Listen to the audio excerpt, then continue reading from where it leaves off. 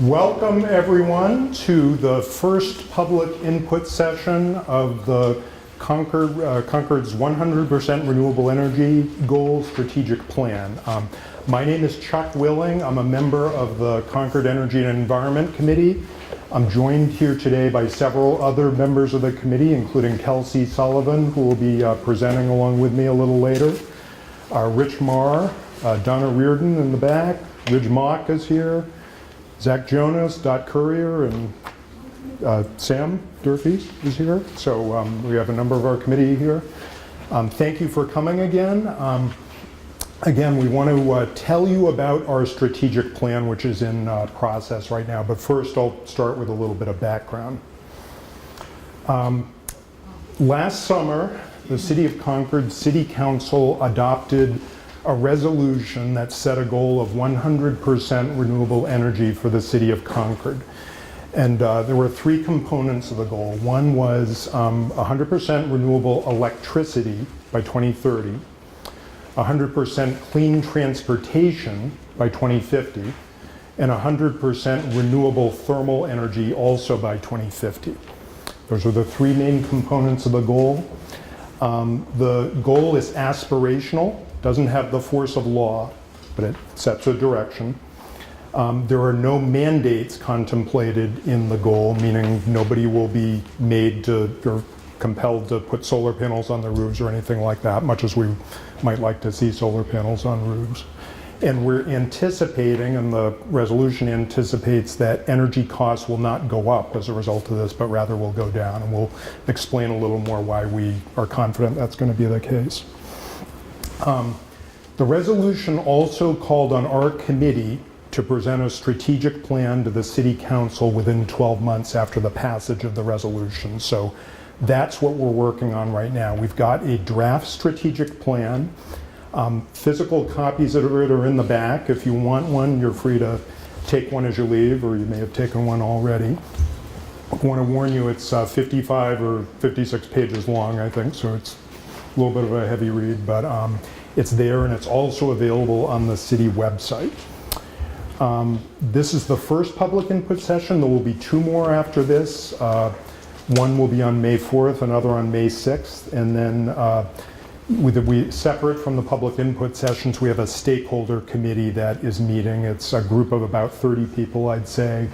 We tried to make it as representative of the City of Concord as possible, and they've been giving us our input already and will continue to give us their input. So through all those means, we're hoping to get information and feedback from a wide number of people that will make the plan better, so that when we present it to the City Council this summer, it's as good as it can be.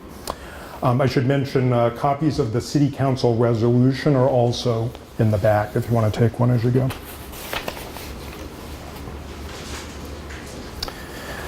So why are we doing this? The first reason at least, is climate change. Climate change has been going on for a while, but the effects of it are becoming more and more severe and more noticeable, both around the world and close to home. So, it's becoming ever more apparent we need to start acting. Climate change, just to put it bluntly, is caused mainly by the human combustion of fossil fuels and the resulting emissions of greenhouse gases into the atmosphere. The latest word from the experts, the climate experts, is that to avoid the worst effects of climate change, we're going to have to decarbonize our economies by mid-century. And after that, start to pull carbon gases out of the atmosphere. Sooner, we're going to have to substantially decarbonize. The latest report from the IPCC says substantially reduce global greenhouse gas emissions by 2030. So when you hear about we have to do something big within 12 years, that's what they're talking about. So that's a pretty tall order, and it's frankly a bit depressing when you think about it, to think that we have to move that, in that big a scale that quickly. But the good news is there's renewable energy costs are coming down. Renewable energy is really the answer, we think, to decarbonizing. It has been more expensive than other forms of energy in the past, but it's trending down to this degree. The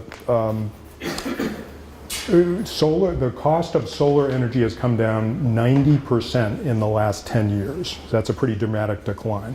It costs 1/10 of what it did 10 years ago. Wind energy has come down 80% in the last 10 years. So together, that's making renewable energy more economic.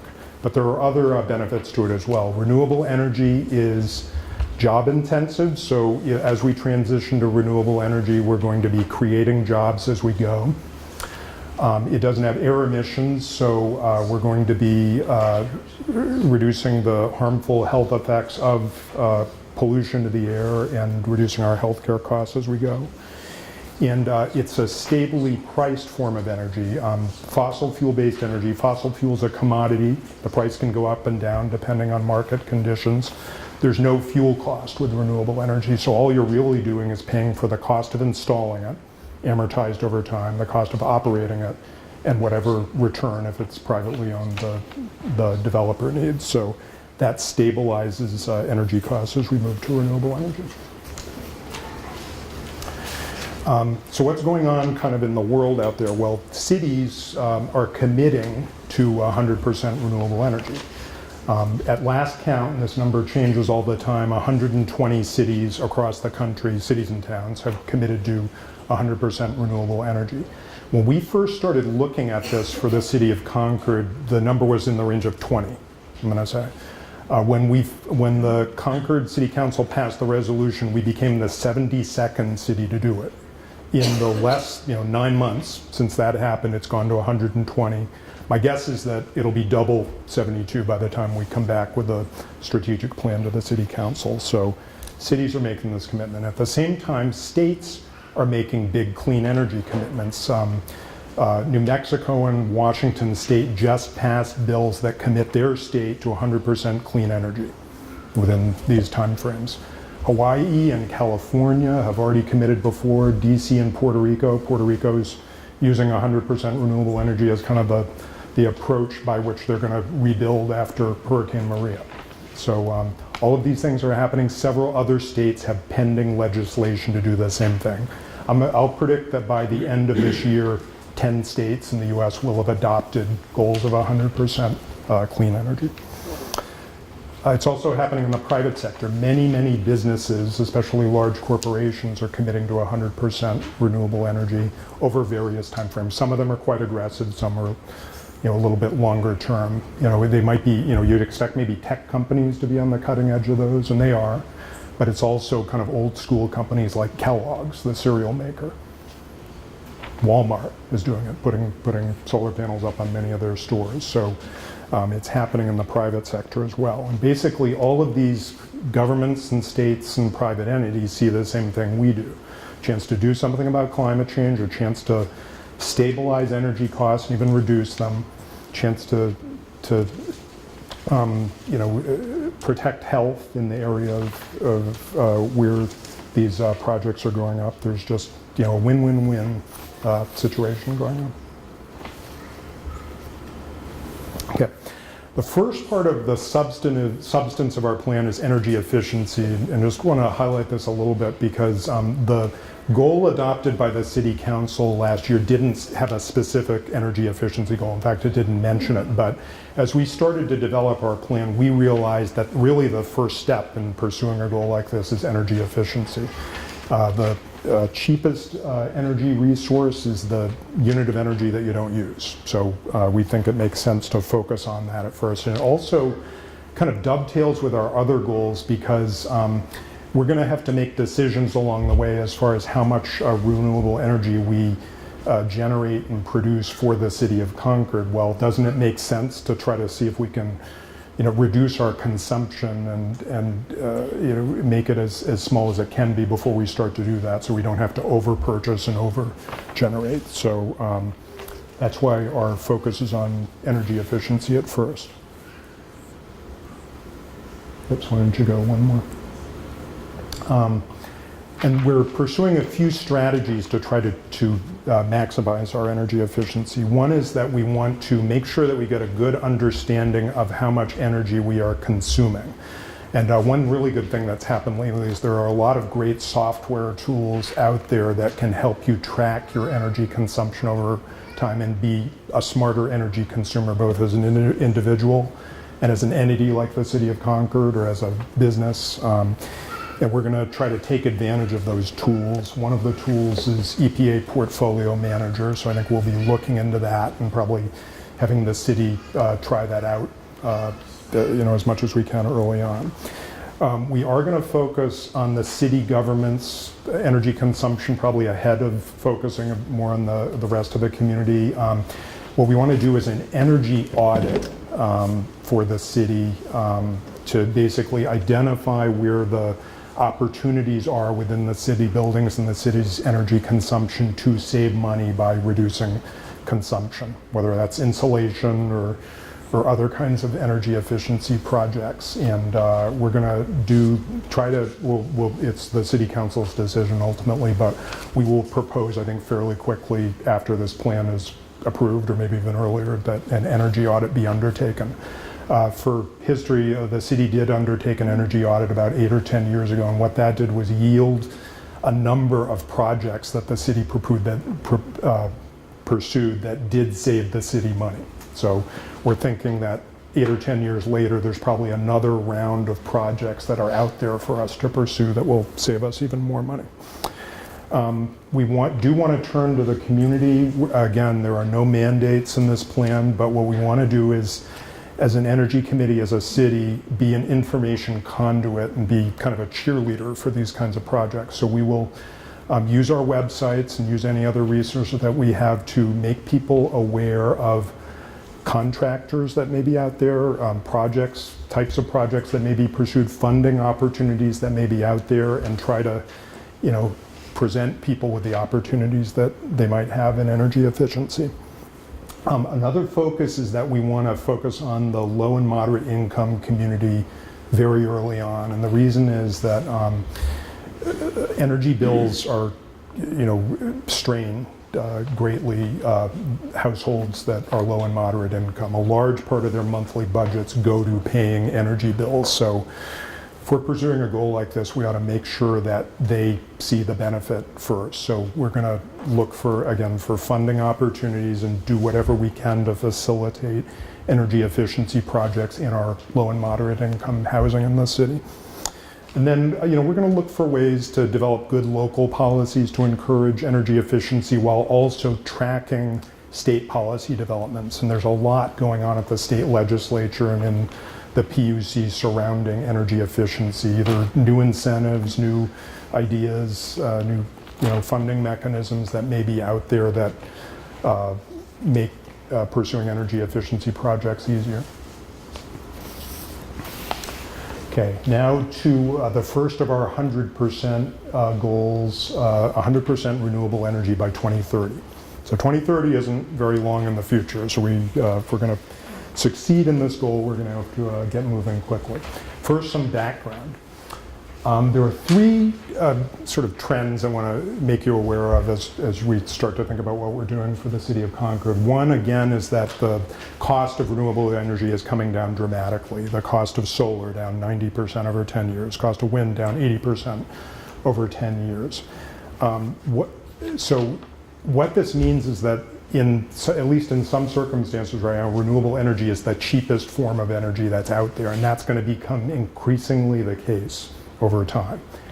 Energy experts predict that within 10 years, and it may vary from place to place when this happens, across the board, renewable energy will be the cheapest form of energy. So you can look at a goal like this, even though it's not obvious to everyone right at this point in time, as a money saver eventually to make the transition to renewable energy. As one illustration of that, I want to point you to a chart. This is not in the PowerPoint just because it doesn't show up very well in a PowerPoint, but we've got copies in the back. And a market analyst called Lazard did an analysis over 10 years tracking the energy prices, showing that the price of solar and wind was much higher 10 years ago and where it is right now. And you can see, if you grab one of these charts, that it shows up as lower cost than any of the conventional forms of energy, like nuclear and natural gas and oil and coal. So that's where things are going. Aside from costs, the next big trend is the introduction of energy storage. This is still pretty new. I should say some forms of energy storage have been around for a while. There's something called pumped hydro storage that's been in existence for a while, but the newest, kind of latest form of energy storage is battery storage, and that's starting to be deployed in some states, especially where they've incentivized it, but the costs are coming down dramatically to the point that it may not need to be subsidized at some point in the future. And what that does is it enables intermittent forms of energy like solar and wind to become a greater part of our energy mix. That's important because we count on electricity to be delivered reliably. We count on when we flip a light switch, the light goes on. If power isn't generating at a moment in time, the light switch won't go on. Well, storage enables the storage of solar and wind power when it's generated, which is when the sun is shining and the wind is blowing, but then delivered to consumers when they need it. So that makes feasible high amounts of solar and wind energy, so that it'll be cheaper as well as reliable in a way that it hasn't been in the past. The third big thing that I think is particularly true for New England, but will be true for other coastal places, is the advent of offshore wind energy. This is a big thing in Europe, but still in its infancy in the US. Right now there is, to my knowledge, one operating wind project in the US, and it operates off of Block Island. But there are procurements going around for much larger amounts of offshore wind energy in Massachusetts and some other northeastern states right now.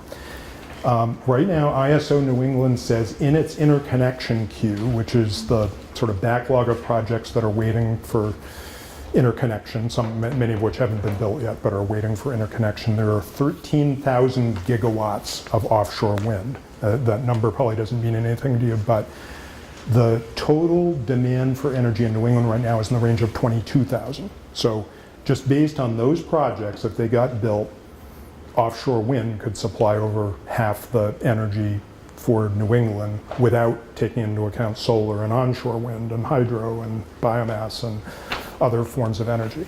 Now, not all of that 13,000 will get built, but I don't think that even scratches the surface of what could be feasible as technology advances. People are talking about floating wind turbines that can be placed further out to sea. That's not in the interconnection queue at this point. So, offshore wind, I think it's fairly safe to say it within the next 10 to 20 years will become a very big part of our energy mix. Okay, so now turning back to the city of Concord, with that background, what are we planning to pursue to achieve 100% renewable electricity? Well, we're first going to focus on the city government. Makes sense. The city government right now is green. It purchases power from a competitive electric supplier, and with that electricity it purchases RECs that come from wind projects in Texas. So basically they combine conventional brown power with RECs from Texas and buy it, and essentially that's supporting wind projects in Texas, and that's green. So that's great. What we'd like to do is make that energy supply come from local renewable energy sources. So what is in the works right now is the issuance of an RFP, a request for proposals, to build solar projects at the Old Turnpike Road landfill, the wastewater treatment plant, and the water treatment plant up on Hutchins Street at the north end of Penacook Lake. Those projects, if they're all built to the full size that we'd like to see, and that partly depends on state law changing, will supply the city government's entire energy need, or at least close to it.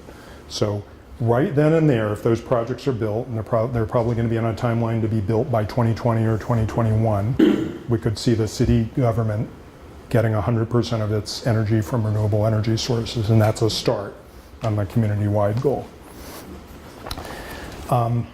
Beyond the city government, we want to encourage people to generate their own electricity. Again, we're encouraging and not mandating.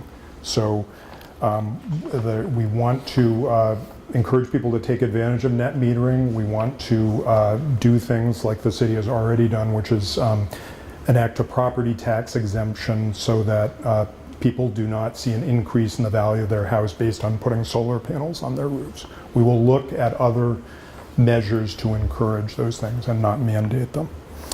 But some people don't have the wherewithal to put a solar panel on their roof, or don't have the right roof, or don't have the right land to put a ground mount. So we want to encourage community solar. And with the way community solar works is it's a standalone project somewhere that people can subscribe to, and they get credited for the energy that they take from it. So people buy shares in one form or another in these community solar projects and get to participate in solar even if they can't have it on their own property. If all this happens, would it make companies like Unitil obsolete? No. I'll come to that in just a sec, and I'll explain why. We want to encourage self-generation. We want to encourage community solar. We don't think that that by itself is going to get us to 100% renewable energy. We will still be receiving some energy from the grid. What we would like to pursue as our first choice, at least, is municipal aggregation.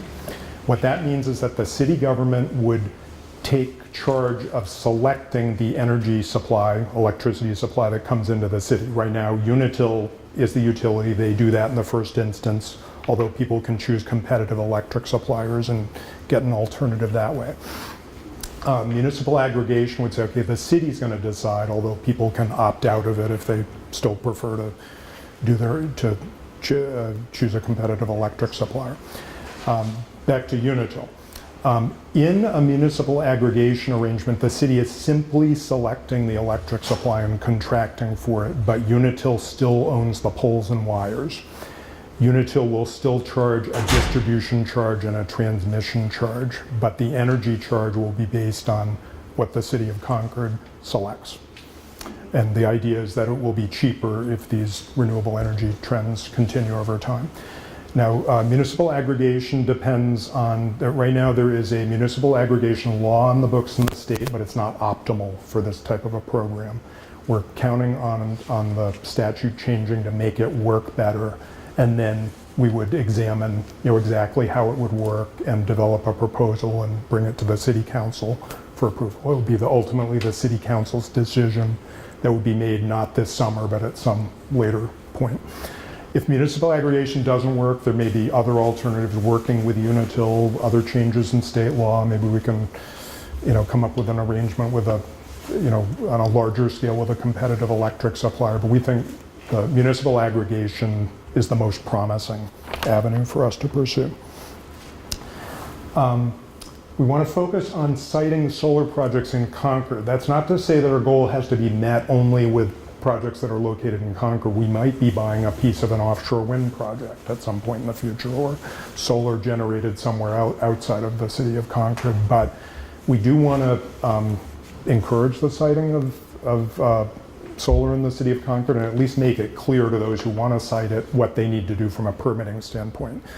Right now, our zoning ordinance in the city of Concord says nothing about solar. So if somebody wants to build a solar project, doesn't, they have to figure it out for themselves.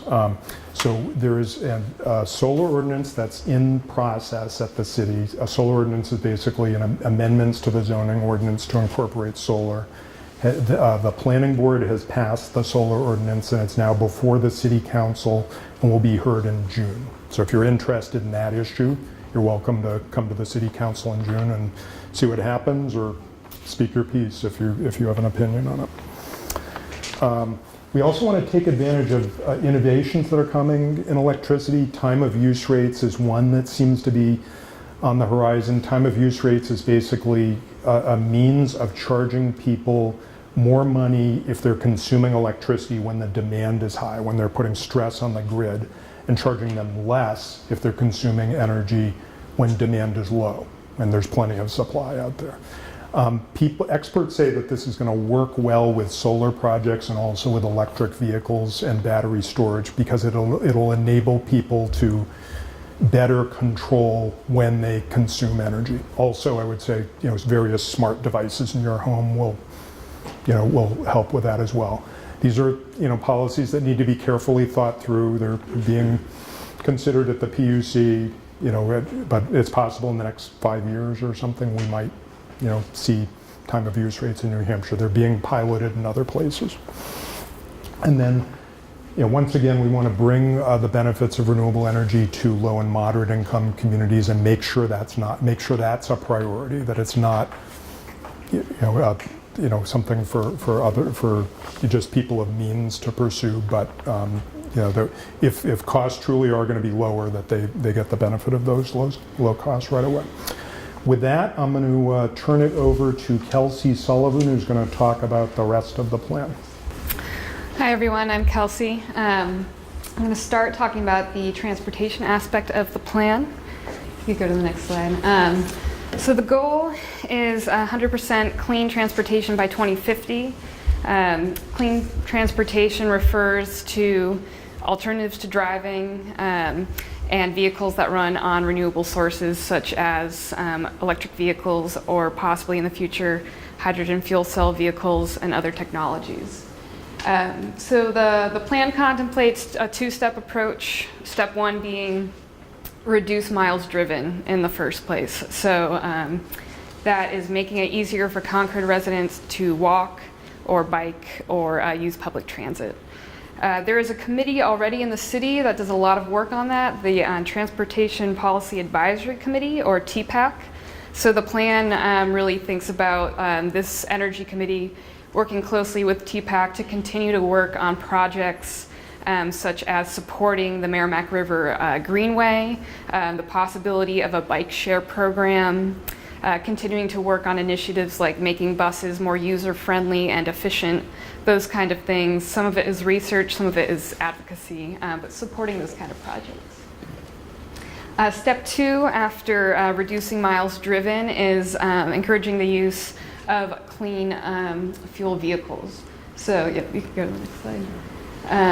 In the near future, that's definitely electric vehicles. Electric vehicles are being adopted at faster rates than ever, and in the coming years, it's going to become increasingly important in New Hampshire, as in our neighboring states, to adopt infrastructure to support those electric vehicles. New Hampshire residents are increasingly buying EVs, but also importantly, as I mentioned, neighboring states, especially Massachusetts, there's a lot of increase in EV sales, and if we want to attract those tourism dollars, people who are coming through Concord to go to the White Mountains or other tourist attractions, we're going to need to have the infrastructure in place. So there are many ideas. Again, as Chuck said, no part of the plan has a mandate, but we're going to be encouraging the city to do things like identify when charging infrastructure could be put in. The most cost-effective way to do it is when there's already excavation or construction going on. If the sidewalk and street are being ripped up already for another project, that's the time to put in the underground wiring and other infrastructure needed for a charging station. The relevant infrastructure would be level 2 and level 3 charging stations. Level 2 stations can charge an EV in about 8 to 10 hours. So that makes sense for residential buildings and maybe places where you park your car when you're at work, kind of longer term. Level 3 can now charge an EV in 30 to 60 minutes, and those are the kind of chargers that travelers and tourists are going to be looking for. And with that in mind, we would want to be putting them in places like gas stations, grocery stores, restaurants, places we want to attract people in Concord. So as I mentioned, planning ahead is where possibly what are the hot spots, where does it make the most sense to put each kind of charger. Beyond the charging stations themselves, the city could contemplate transitioning its own fleet, all city-owned trucks, vehicles. It wouldn't be something that would happen overnight, but certainly the city could develop some kind of municipal purchasing plan, making a timeline for how it could acquire clean vehicles over time. Similar plans could be adopted and developed by the Concord Area Transit, which runs our local buses, and also the school board and the school buses. If we can develop plans and start thinking about now, when will it make sense to swap out our fossil fuel buses and trucks and other municipal or community vehicles for clean, most likely electric vehicles. That will be a step in the right direction.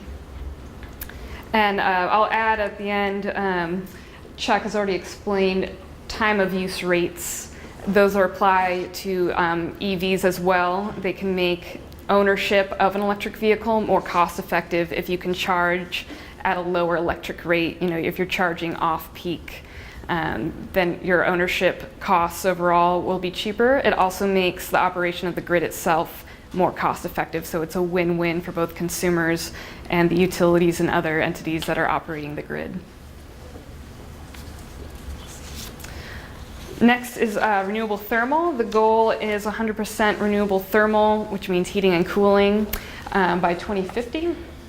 So the issue currently is that nearly all of our heating and cooling is still powered through fossil fuels, whether it's propane or heating oil or natural gas. So the plan currently discusses the technologies on the left, which are all sources of renewable thermal energy. Geothermal talks about harnessing the heat from the earth. Solar is obviously from the sun, etc. The technologies on the right aren't necessarily sources of renewable thermal heat, but are ways that we can really maximize the efficiency of using these renewable sources and also make them cost effective over time. So briefly, electrification would be running our heating and cooling systems with electricity, and that would be using heat pumps. This is a heat pump on the lower right here corner here. And that is advantageous both because you can use renewable heating sources. For example, most heat pumps in New Hampshire are ground source, so really it's geothermal. You're taking heat from the earth and you're moving it into your home. And overall, it is less energy consumed because you're not generating that heat, you're just moving it. So those are the advantages of electrification. Next is cogeneration. Some people call it combined heat and power, or CHP. That applies to facilities that are generating electricity, such as a natural gas power plant. Whenever you generate electricity, you're generating a lot of heat that usually goes wasted, but if you design a facility to be CHP or cogen, then you're capturing that waste heat and using it usually locally to heat your surrounding buildings. They're used, I know at UConn we had one, I think UNH has a cogen facility as well. So they're popular on college campuses. Finally, district heating is a little similar in that it describes a system where there's a centralized source of heat, so one big boiler or furnace, and then a network of pipes. So you're generating heat in one central location and then distributing it. And that is advantageous because it's more cost effective. Whereas the individual building owners might not invest in a renewable source of heating and cooling, it becomes the price point's a little better when you have one large system. And also, as far as energy use as well, it's just a more efficient means of generating or distributing heat. You can go to the next slide. This just shows emission savings. On the left, you have conventional fossil fuel-based heat, propane, natural gas is on there, and this is measuring carbon dioxide emissions. And clearly the renewable sources are much lower in their emission rates.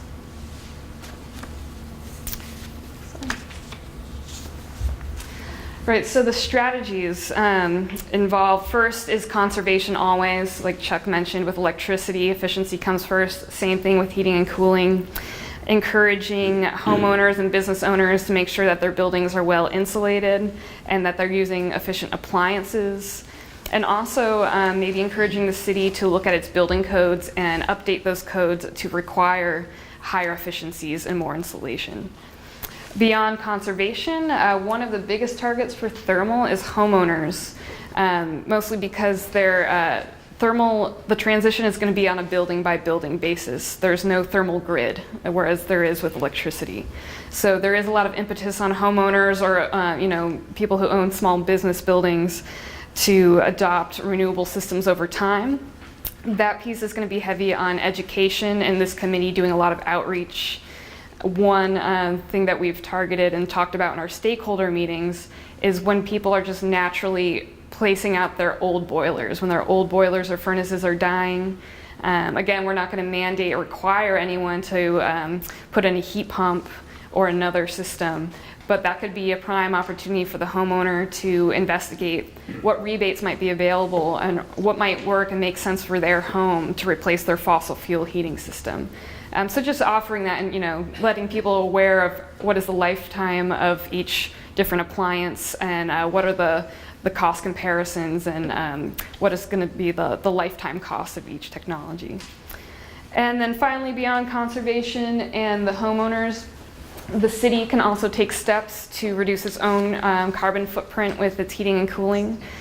A lot of the city's downtown buildings were recently converted to natural gas, so those likely in the near term wouldn't be converted to another system, but there could be other city-owned buildings that would be great candidates to try out maybe a biomass system or a heat pump. And beyond the individual buildings, we could also contemplate probably a few years farther down the line, but big infrastructure projects like we have wastewater treatment plants. There are other cities in New Hampshire, such as Nashua, and other states in New England where they capture biogas from wastewater treatment plants and use that as you would use natural gas. It could also be possible to think of district heating. District heating works well for downtown developments or other areas where buildings are clustered, like a hospital campus, things like that. We could certainly try to identify places within the city where district heating might work well. And so finally, we're going to move on to the last chapter in the plan is called Reporting and Implementation. It's important because we're going to need to be able to track our progress contemplated in the plan and also communicate any successes we have. If we don't measure it, we're not going to have any way of letting people know how far we've come. So Chuck mentioned at the beginning there are online resources both for individuals and for communities and cities. So using those already available resources will definitely be important. And in the next slide, I think it talks a little bit about the importance of deciding units, how we're going to, basically what are we going to measure and how are we going to measure it?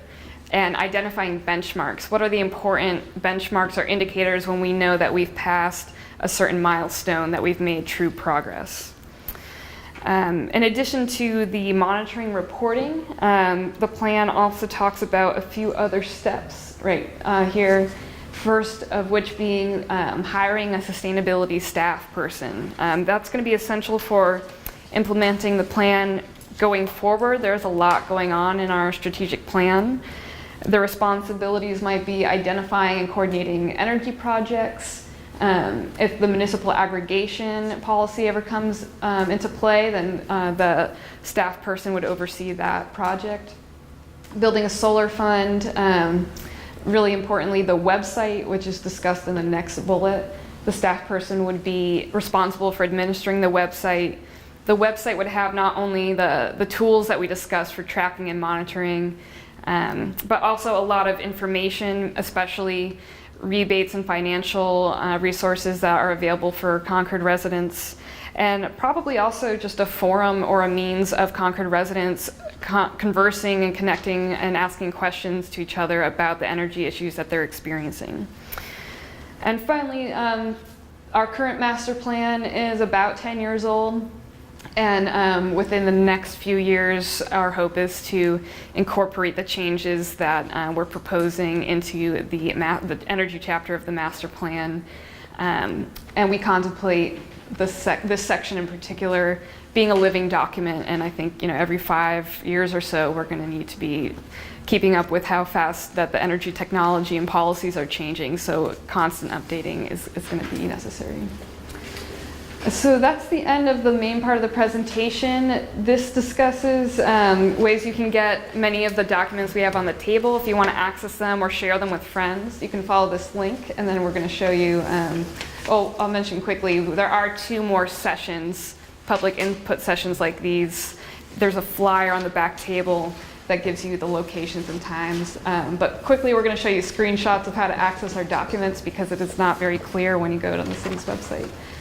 So this is the Energy and Environment Committee. Just remember E for energy. If you go to E, or it says boards and commissions, we're going to be the first, I believe, Energy Environment Advisory Committee, that's us.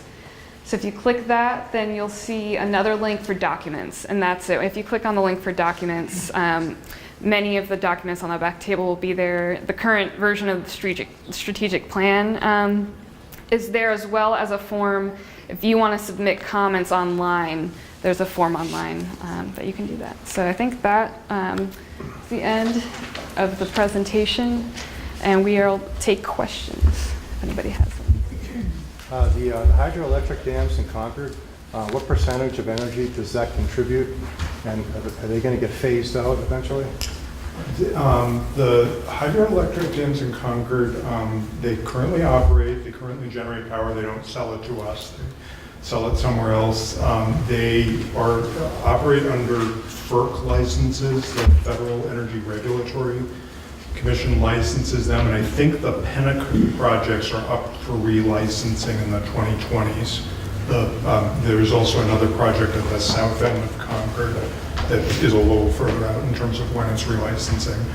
In my opinion, I would love to see the city of Concord take advantage of those hydroelectric projects, because I think they would be a really nice complement to solar that we might purchase from somewhere else. Does it ever make sense to rebuild Sewell's Falls?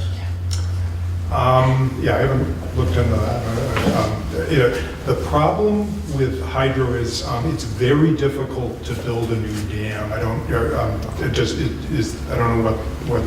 how much of the infrastructure. It's certainly not fully dammed across the Merrimack right there, so I don't know that it would be feasible to do it. But basically, hydro, for all practical purposes, is limited to dams that already exist. Most of which, if they're really good hydroelectric researchers, already have a hydroelectric project on them, but there might be little opportunities to take advantage of a dam that is smaller and doesn't have a hydroelectric project on it.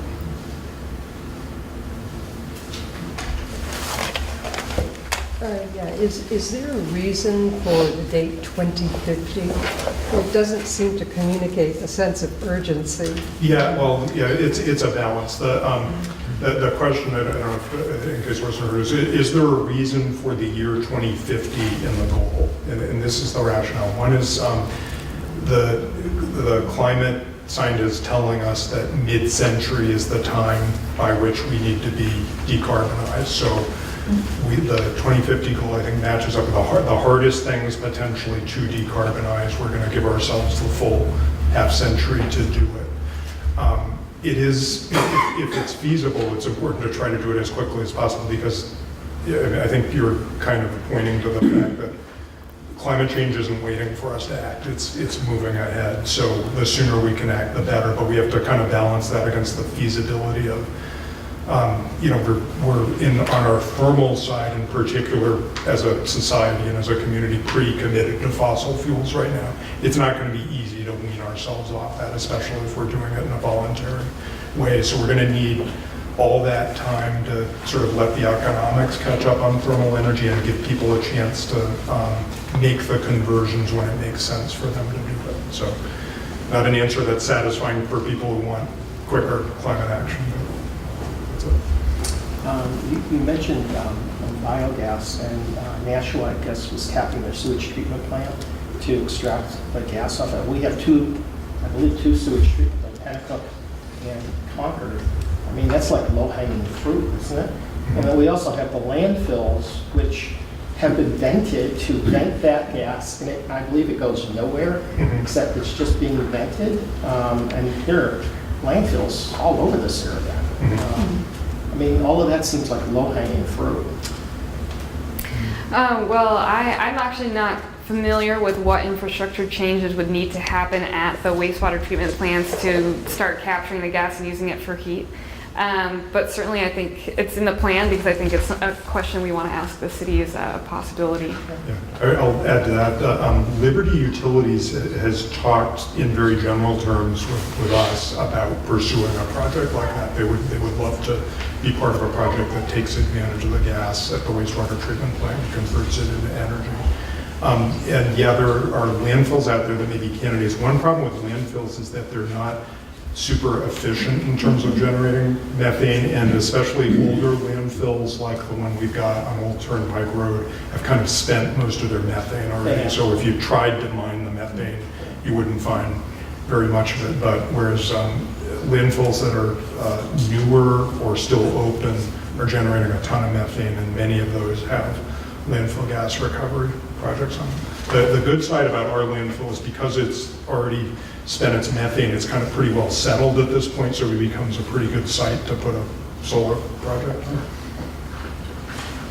I just wondered how much communication is happening between the cities that have adopted this and the state, because the state is considering Granite Bridge, which is putting all new infrastructure for natural gas. And if you're really trying to go green, why would you put all this money right now for a natural gas pipeline that doesn't exist? And so the state is kind of leaning towards that, and many of our state legislatures who are being funded by the utility company to have this clean gas option. Like, how much coordinated effort, and I know you've got your hands full with this project, but this is a bigger problem than just Yeah. Concord. Yes, that is an excellent question. I'm not sure we can adequately answer. Yeah, I think rarely, sometimes the city has at least made comments on certain legislation that is pending, but I don't think it's certainly not a consistent thing that the committee right is involved in the state level stuff. Yeah, and the city hasn't commented on that issue, I don't think, and I doubt that it will. All I can say about these kinds of issues is that, think of us as a gigantic ocean liner that we're trying to change direction, and we're not going to be able to change like that. It's going to change over time. I mean, I think I agree with the point of view that you're expressing, and I think what happens when cities like this adopt goals like this, it percolates up. Cities were earlier actors on the 100% renewable energy goals than states were, but now we're seeing this year the states following some of the cities in their states and adopting these pretty aggressive goals and realizing we need to be upfront. So I think it's the type of thing where in our state level the conversation has just started, and maybe it'll get to the point where a project like that will be reconsidered. But unfortunately, probably from your point of view, it may get decided before that full conversation gets to happen. So I'm not sure what to do. We do have to ourselves just focus on the city of Concord and see where I'll we just get get my at. sign and go Yep. up there. Okay. You raised the issue of district heating networks from the perspective that traditionally they're centralized heat source sending out heat out to the community, just like electricity has been in the past. And what I would argue is perhaps we should begin to think of them as thermal networks, where all parts of it are producing heat, taking in heat, and moving it around, and as a way of exchanging energy instead of make it here, use it here. That may still be a function, because some things are better done in a big way. But the idea is to bring them all together and find an economic way of using them, neighbor helping neighbor kind of thing. It's having multiple sites of generation within the network. Or for that matter, if I put in an air conditioner, I'll get waste heat coming out of it. If I would have dumped that into a thermal network, somebody else could take it out and use that for hot water. Yeah, I think that sounds great. And certainly if we look into that, there is still some time left to incorporate edits and feedback into this plan. So, certainly comments we get tonight will be something that all the authors will From that point of view, leave a lot of flexibility in it, because one of the areas that you didn't mention much was synthetic natural gas. Basically use excess solar and wind when it's available to react with carbon dioxide that you capture in your landfill, turn it into methane, or a liquid fuel that would be essentially usable in existing equipment, but would allow you to have it as carbon neutral fuel. Sure, yeah, the plan does very briefly mention synthetic natural gas, but that could be fleshed out Or further. diesel fuel for that matter. Right, sure. Thank you. Any other questions? Since no one else has a question, do you have a position on Northern Pass? We've, as a committee, not addressed Northern Pass. The city itself has, though, and it opposes Northern Pass, at least as it was originally proposed. I think, I'm Candace Bouchard, City Councilor. I think the city's official position is if it gets built, you bury it through Concord. Okay. And that's what we argued and won on, so. Has anybody discussed the buying power of all the individual homeowners in terms of buying panels for citywide, either for government use or for residential use, leveraging off of the thousands of homes that we have? Buying power, I mean, it's conceivable you could get 40 or 50% off on panels if you bought the dam, or made a contract and people could buy off the contract. Yeah. And then maybe leverage it off of other towns and counties, or even do a statewide, Yeah. and really get some leverage. That is an excellent point. I'm sorry that we didn't raise it in our presentation. I think those kinds of things could be organized privately, or better, maybe, if we did a community-wide. And interesting, somebody was asking about our communities working with each other. We've been talking to Hanover and some other communities that are pursuing similar roles, and one of the ideas that's been talked about is as communities forming pools to achieve exactly Co-ops. what you're talking about. Co-ops. Purchasing power that drives down the cost, that makes it even more feasible and more economic for people to do it in a way that people can't do it individually. Well, yeah, that whole concept could be applied to even dealing with Unitil. Yeah. I mean, Unitil provides us is the distribution. They don't generate any power. They contract with, Sprague Energy and, I don't know, Energist and all these different sources of power that feed into the grid, but they're just feeding it into your homes. But I bet there's some leverage that you could get. I know we had a company a few years ago, and we entered into an energy contract where we contracted to get our source. We select the source, like you were mentioning, getting solar power or wind power from some other place in Texas or something like that. But we got a huge discount by not using the source that Unitil wanted to use, because we pooled with other commercial properties. This was all commercial stuff. And you get a huge discount that way. All of that adds up into even being able to maybe fuel the purchase of panels or assistance, or the equivalent of scholarships for panels. Just a thought. Yeah, great idea. Yeah. And Could you address the earlier question? The situation is that electric utilities really have a hard time when people start generating their own power. It never is in their direct corporate interest for people to generate their own power, and exposes them to the need to raise prices for fixed investments. At the other end of it, the electric heat pumps that people talk about give gas companies heartburn, because now again they're losing sales. They're losing the revenue of sales. It could be that we need to come up with a structure of some sort to subsidize the existing utilities as we make these rapid transitions. It's probably an area that needs to be explored, and it will be replete with politics. yeah, that's for sure. And I think the big solutions like that are beyond the scope of our committee, but I think you're right in identifying one of the challenges in making a transition like this. I think for the electric utilities, yeah, that, the more people generate their own power net meter, then that's the less money they're receiving for the upkeep of the grid. At the same time, we're talking about ramping up consumption of electricity through EVs and other things, and that may be an opportunity for. Of course, existing efficiency measures do exactly the same thing. Yeah. I bought a new refrigerator that displays about 1 kilowatt of solar panels that would have been needed if I hadn't done that. Yeah.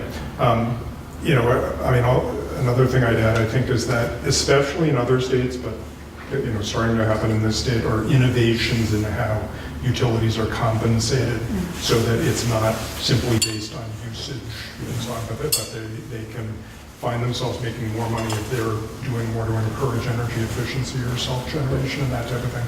At the end, I think it is what you're talking about. To the extent that a grid needs to exist, and it will, they will need to be compensated for the upkeep of it, and we'll have to find a way to do that.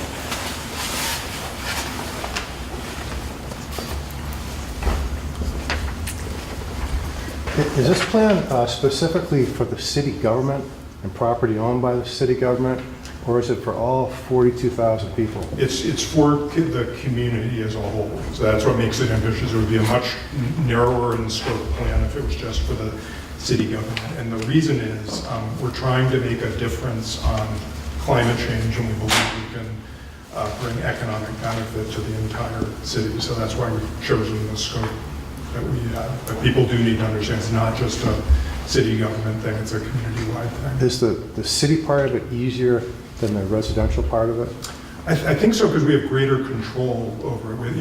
We can propose projects to the city council, who can approve those projects, and you can have greater control of things, and we don't want to mandate to anyone. So we're, in a way, we're tying our hands behind our back to accomplish the goal, but we believe we can accomplish a lot with encouraging people, accomplish a lot if we're pursuing things like, allowing people to aggregate and take advantage of, greater purchasing power that way, helping to find them ways to finance projects, and mainly, I think, counting on the economics of this keep trending the way they're going, so that it becomes the cheaper option. Ultimately, we're going to not be able to buck against the trend. If the economics weren't with us, we're not going to be able to buck the economics. We believe the economics are going to be with us on this, and people will eventually buy EVs because they are cheaper cars, and they will eventually choose renewable energy because it's the cheaper form of energy.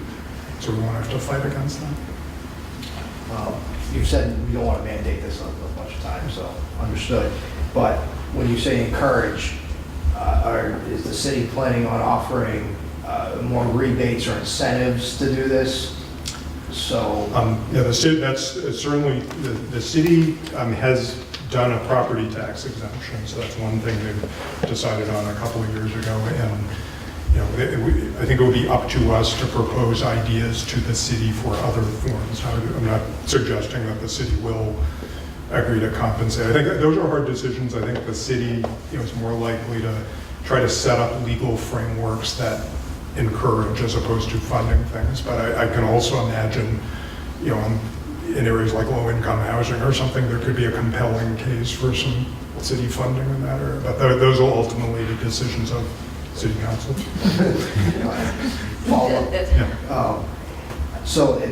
But even creating exemptions, stuff like that, still has costs associated with it, because that's now no longer income. Something that you're not going to be taxed. Right, exactly. And I think the city figured, I think it wouldn't be doing that anyway. So one thing the exemption does is send the signal to people if you were uncertain about whether you were going to be taxed for your solar panel or not. So.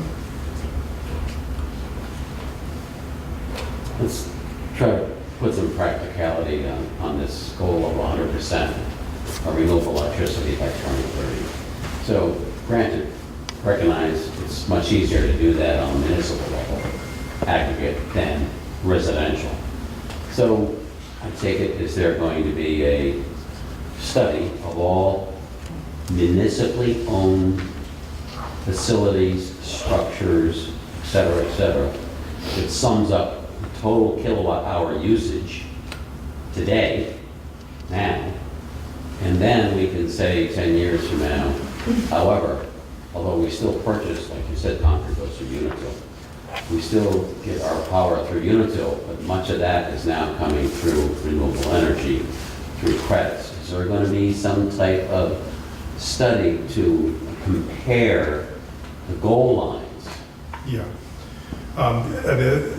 What we want to do at the outset is have a really good handle on community-wide energy consumption so we know what we're starting with. We also want to focus on energy efficiency, which may change that, our consumption baseline, but then orient the things that we're doing as a community toward our energy consumption as it changes over time. Now, the additional challenge is it'll keep changing. It will. Our community will grow, hopefully, economically, which may mean more energy consumption, or we may find new and better opportunities for energy efficiency, which may drive it down. So, it'll be a constantly moving target, but I think the point you're making that I latch onto is that we're going to have to always have a really good handle on what we're consuming so that what we're doing is directed toward meeting Do we that know need. what we're consuming now? We have numbers from Unitil for electricity consumption for 2018, so we start with that. And we're gonna For whom? the entire community. All 42,000 of us? Okay, kilowatt hours, total kilowatt hours. Residential, commercial, Yep, industrial, municipal, you name it all. yeah. They've given us the Yeah. raw numbers. They They- can't give us individual consumption patterns. They can give us aggregate numbers, which they've done. Can they even partition it into big sectors?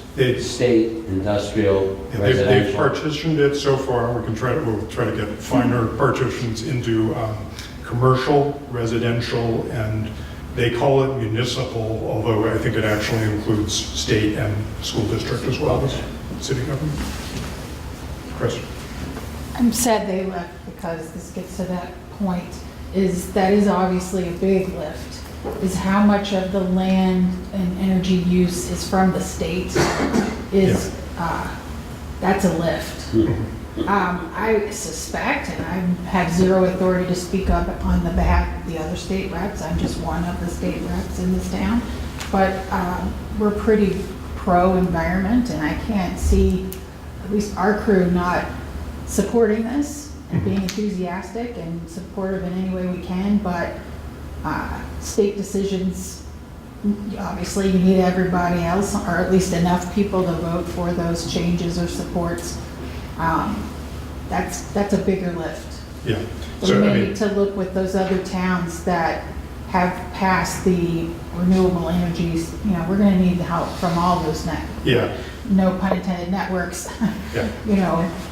for that lift. Yeah. Kind of the challenge and the good news. I'll do.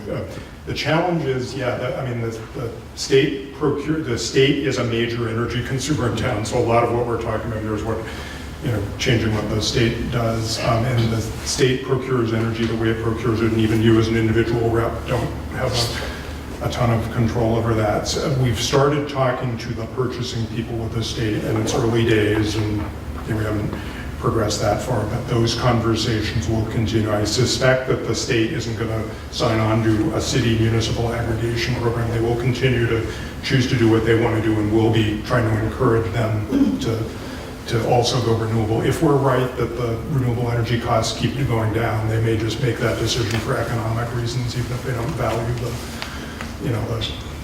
environmental reasons on that. But in terms of the communities, we have been talking and working with the 4 other communities in the state of New Hampshire so far that have committed to this goal, and there are others that are very interested in these kinds of goals. I think there will be more and more of that going forward, so hopefully we will be a more powerful constituency going forward to move the state government on these things, but we're in the early days at this point. Now that you have Unitil's numbers for electricity consumption for our town, could you also approach Liberty Utilities for gas in terms of, BTU used for the entire city of Concord, and not per you? I mean, they must have those stats. Yeah, they, And the oil companies, oil, gas, and electricity, those are the three yeah. major sources. Yeah, we were in conversation with Liberty. I don't know that we have up-to-date numbers from them. We have gotten kind of community-wide numbers from them in the past, so I expect we'll be able to do that again. It's a little harder with the oil companies just because I don't have any of them, but it's not all in one place. And No, but there's not that many oil companies servicing the Concord area, half a dozen major oil companies. Yeah. And if you could just get their total stats, in terms of here's how much oil we deliver, and the oil has a BTU value to it, and that's it goes to heating primarily. Just a thought. yeah, no, we will definitely try to do that. And the thing with the advantage we have with utilities is they're regulated and they have to be responsive at some level to people, and there are people we can complain to if they're not being responsive, but not as much the case with oil companies. But hopefully we can go visit them if nothing else and see if we can get them to give us numbers. And most of the oil suppliers also provide propane. That was the other one I forgot. It's oil and propane, but if you can get those half a dozen people together, I'm sure they're interested in keeping a hand in the game. They don't want to be excluded in the long run. As the energy source changes from carbon to renewables, they want to be part of that, I'm sure. And it's going to be a long transition. It's not going to happen overnight. Right. Yeah, just that the plan does have rough statistics from the last U.S. Census. Did take a poll of what Concord, I think it was just residential, not commercial or industrial, what sources they were using for heating, and it included propane and how many, I think it was a percentage of the town is on oil. So you'd probably get more exact numbers if we called up the companies themselves, but it is a good idea, and working with vendors and contractors is definitely contemplated in the plan at the part where I talked about replacing, as homeowners are replacing their boilers, they're going to call a contractor. If it's an emergency situation, they're not going to jump online and start researching renewable thermal technologies, but if the contractor is already educated and ready to go with maybe a heat pump or some other technology, then working with them will be very important. On that last issue, don't wait till the boiler quits. Consider the conversion now and keep the oil burner there so that it's available. It may allow you to get a smaller heat pump, get better utilization of your capital investment, and then have the oil burner there for when it gets real cold. Right. And that way you extend the life potentially with the equipment that you have, and you may find the least expensive way of getting something done when a phone call comes in, on the phone that wasn't shut off. That's a good point, and a good point to make is it doesn't have to be all or nothing. You don't have to be 100% renewable or total fossil fuel. You can add one heat pump or, work slowly, progressively towards getting to totally renewable. That's a good point. I believe what the gentleman said about asking for oil or fossil fuel consumption, i.e. oil and propane, entirely appropriate. But I doubt you're going to get it. It's proprietary, it's confidential business information. I own an oil company.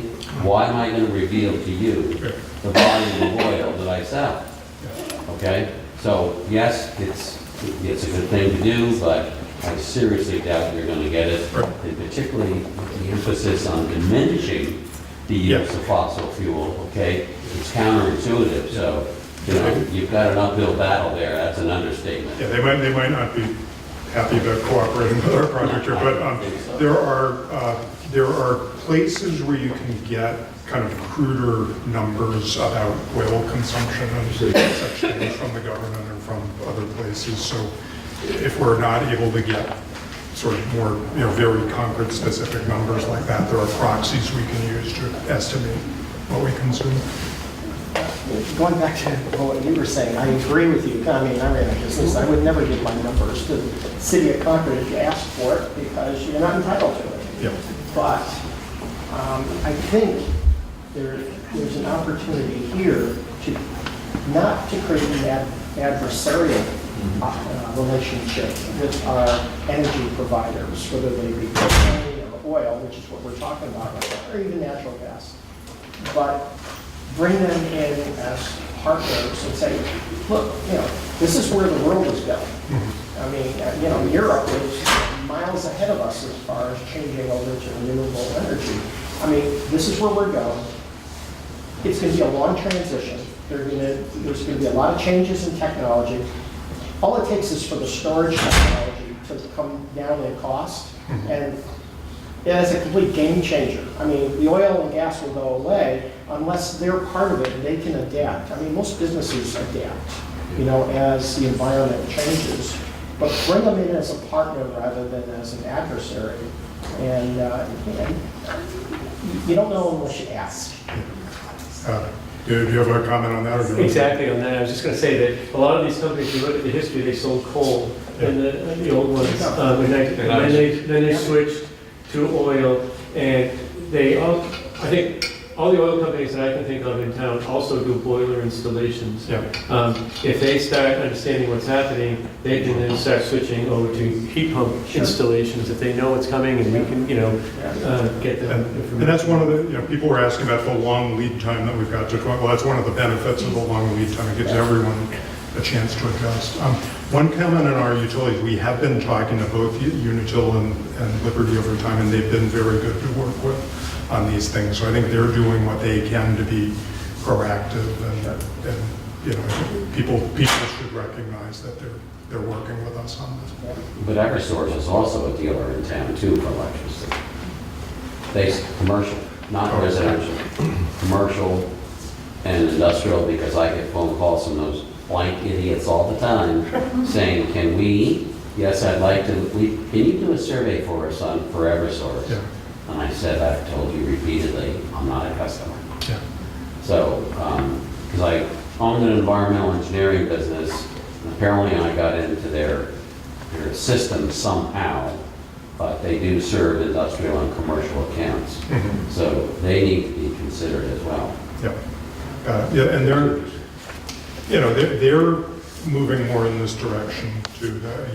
Eversource owns distribution companies in multiple states, and they're right in the thick of everything that's going on down in Massachusetts. Now, sometimes they're trying to hold back, a little bit on the progress that's being made down there, but they're being forced to, and are moving along, and I think they're also starting to do more here in New Hampshire to kind of recognize the energy transition that's going on.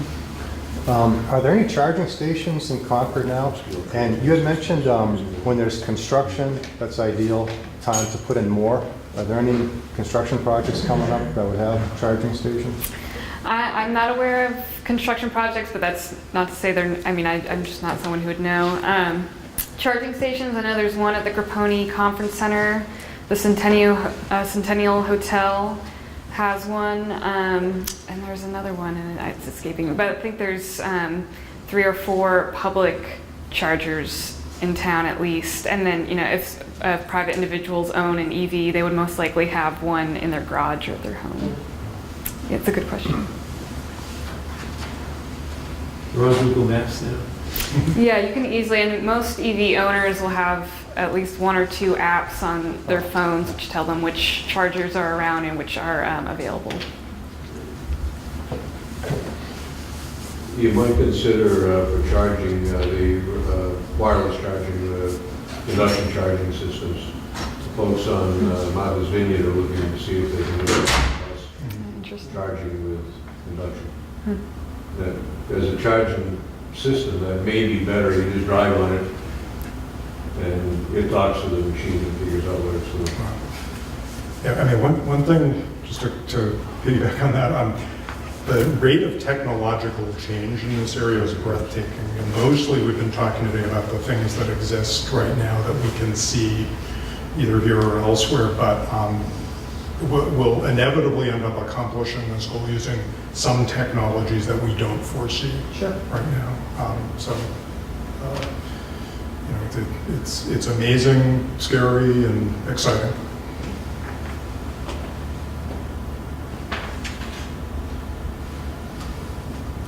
Anything else? Maybe that's a good note to end on. Good progress. I just want to say, I really appreciate that our city is doing this. It's the right time, and it's the right thing to do. Thank you. Thank you. Thank you for your comments. Yeah, all of this is, just to piggyback on that, maybe before we wrap up, you don't know how valuable it is to hear this feedback. We've been working very hard on this plan. We have a group of people, but it's the type of thing where the more feedback, the more information we get back from you all, the better the plan is. And so we sincerely appreciate all the comments. Could I ask a question of the group here? Sure. How many people here are business owners or are commercial users of electricity and heat? That's a missed opportunity. The biggest consumers of power in our town are the commercial buildings. And they need to be part of this. The business owners, and there's a good network, Facebook and all those things for finding out about this. But the business owners could be very valuable partners because they're the largest consumers. Yeah. I don't know if we've done enough in that area, but we've met with some of the major, the big institutions in town, like Concord Hospital and St. Paul's School and all that. And we've also had an ongoing dialogue with the Chamber of Commerce, and I think through them with its members, or at least the members that are active in the chamber. That doesn't reach everyone, but I think we're having a dialogue with a good part of the business community. You mentioned the chamber. The membership of the chamber includes your downtown, your retailers, your professional people, what have you. It doesn't have a strong membership with the heavy power users, which are all of the commercial buildings up on the heights, around the airport, Regional Drive, Airport Road, and the other locations that we have up in the north end. I used to own a company here in Concord, and I stopped being a member of the chamber because they didn't do anything for the commercial manufacturers, if you will. They're great people, but that's a separate group to reach out to, and they're big power users. Our power bill was astronomical before we sold the company, and it was over $100,000 a year in power that we were using. We're just a small company. And between heat and electricity, it is a big part of our bill. I'm very much interested in participating in this. And I'm sure the new owners are as well. That's a great suggestion. Thank you.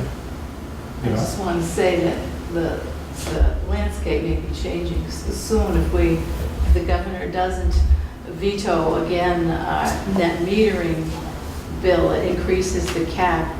That will enable big energy users to generate their own energy and save themselves a bundle. So I think that whole scene is about to change if we don't get any more big vetoes from the governor. Anything else? Okay. Thank you for coming. Thank you. Congratulations.